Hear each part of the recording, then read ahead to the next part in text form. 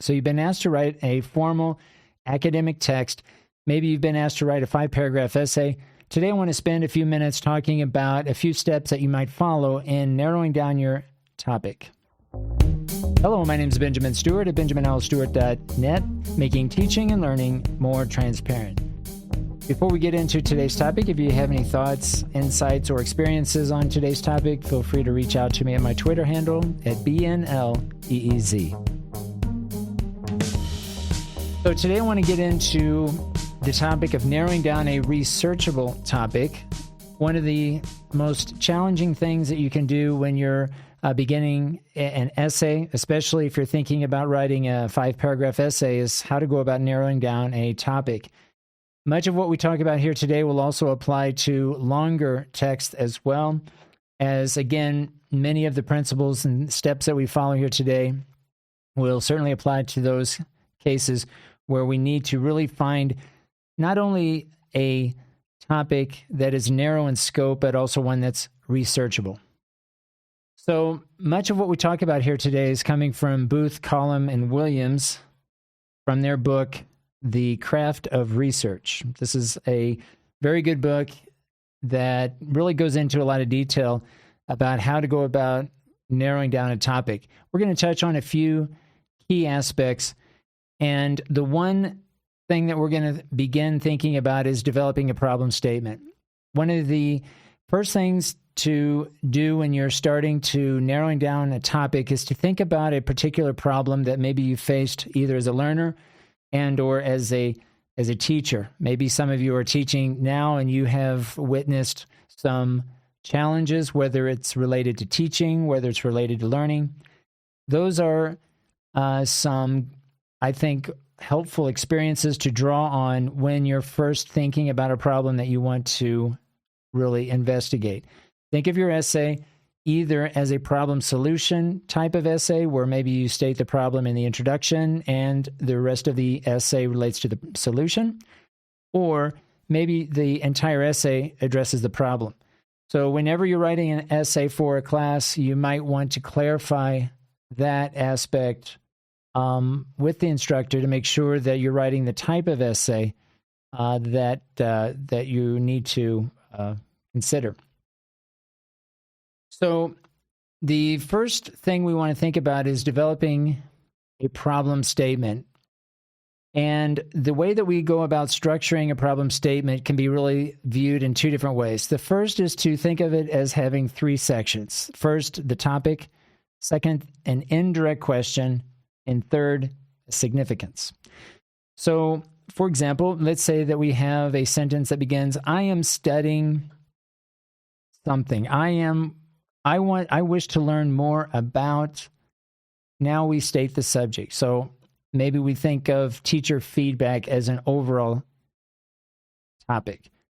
Now, that one term by itself isn't enough to really go into or consider it a researchable topic. It's just an idea, a topic that we want to dig deeper or go into more specifically if we're really considering this topic for an academic essay. But it's usually a good place to start is to think more generally of an overall topic to kind of get the process started. So we could start by saying, I am studying teacher feedback because, we're going to continue our prompt with the connector because, or the subordinating conjunction, because I want to find out. This is also part of the prompt. So because I want to find out, and then we need a key question word. Now the second part, after the connector because, where we start, I want to find out, now we're beginning an indirect question. I want to find out when something happens. I want to find out how something happens. I want to find out why something happens. Okay, so we want to find one key question word that is going to establish the central question, the indirect question that's going to relate to our overall essay. So in this example, I might continue the prompt. I am studying teacher feedback because I want to find out when giving feedback allows students to feel more confident when speaking L2 with their peers. Again, this is the indirect question beginning with, I want to find out when giving feedback allows students to feel more confident when speaking L2 with their peers. Now, notice a couple of things here. We're still addressing the topic of teacher feedback. But now that we have introduced an indirect question after the subordinating conjunction because, we are taking that general topic and now digging deep. We're going to dig deeper into that aspect, that topic, trying to find the right combination of keywords that will achieve that purpose, the purpose of narrowing down our scope. The indirect question is the one central question that's going to relate to our essay. So it needs to be researchable. It needs to be specific enough and appropriate enough for the kind of essay that we're writing. If we're thinking in terms of a 5-paragraph essay, right, we need perhaps a few additional key words that's going to help us limit the scope. Now, in this example, you'll notice, again, the indirect question is, I want to find out when giving feedback, that still relates to the topic, allows students to feel more confident. So another key term here is confident or confidence. So this is one additional keyword that's going to help us narrow down our scope. Notice that I am also focusing on speaking L2, speaking the target language, when speaking L2 with their peers. So now we're even limiting the scope even more by limiting the type of speaking with those kinds of speaking activities that relate to students speaking with each other. Maybe it's in pairs, maybe it's in small groups. But notice here my attempt is to limit the scope. It's still about teacher feedback, but we're focusing primarily on building confidence or motivating students to feel better about speaking the L2.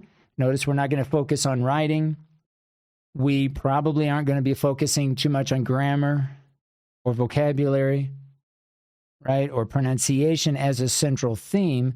It's really about the social learning, the social aspects of collaboration and cooperation. Now, certainly grammar might come up, but it's not a central theme throughout the whole essay. Okay, so again, the topic of teacher feedback now has been limited to basically peer assessment. Students focusing on helping each other with their speaking skill and building confidence.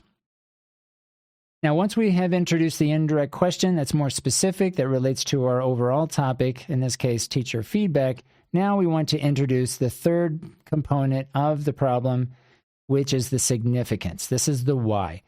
This is the big picture. Why even bother writing an essay?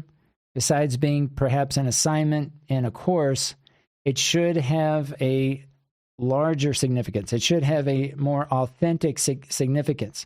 Imagine who would benefit the most having read your essay. Who would you be handing this essay out to in the real world? And so you want to think about a target audience. You want to think about the purpose of or the objective of writing this essay when you're thinking about the significance. We want to continue our prompt by beginning with in order to. In order to. Now, in this example, we'll extend the idea by stating the following. In order to answer the bigger question of how teacher intervention can either promote or discourage students' oral production in class. So it's very much, again, focused on what the teacher can do to promote peer or peer assessment, essentially.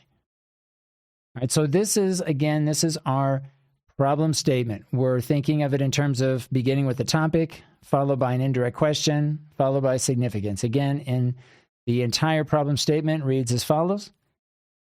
I'm studying teacher feedback because I want to find out when giving feedback allows students to feel more confident when speaking L2 with their peers. In order to answer the bigger question of how teacher intervention can either promote or discourage students' oral production in class. Now, a lot has to go into developing this statement. And when I work with students in developing and working and trying to come up with a good problem statement, it will always involve a lot of reading of articles, perhaps listing or having a list of key terms, keywords that are coming from the articles. Most of the articles need to be from primary researched articles or from peer-reviewed journal articles, those being the best source of information, typically. And so we want to, as we are reading, develop our problem statement, trying to come up with the right combination of key terms. Most of my conversations with students really relates to making sure we have enough of the key terms in order for them to narrow the scope. Now, if you're developing your own problem statement, you can go too far by perhaps providing too many key words and it being too specific. That's also something that we want to avoid. We want to try to find that right mix where it's specific enough, but not too specific. Again, the indirect question is where that happens, right? The topic should be general. The indirect question should be more specific, should be a subset of the topic. Now, another way to look at the problem statement is to think of it as having, again, 3 parts. The first being the topic, which is similar as to what we discussed before. But after the topic, we can think of, instead of the indirect question, we can think of it as a condition. And instead of concluding with a significance, we can think of it as being a cost or consequence. So again, we can take the same example. I'm studying teacher feedback. That's our topic, because I want to find out when giving feedback allows students to feel more confident when speaking out with their peers. That's the condition.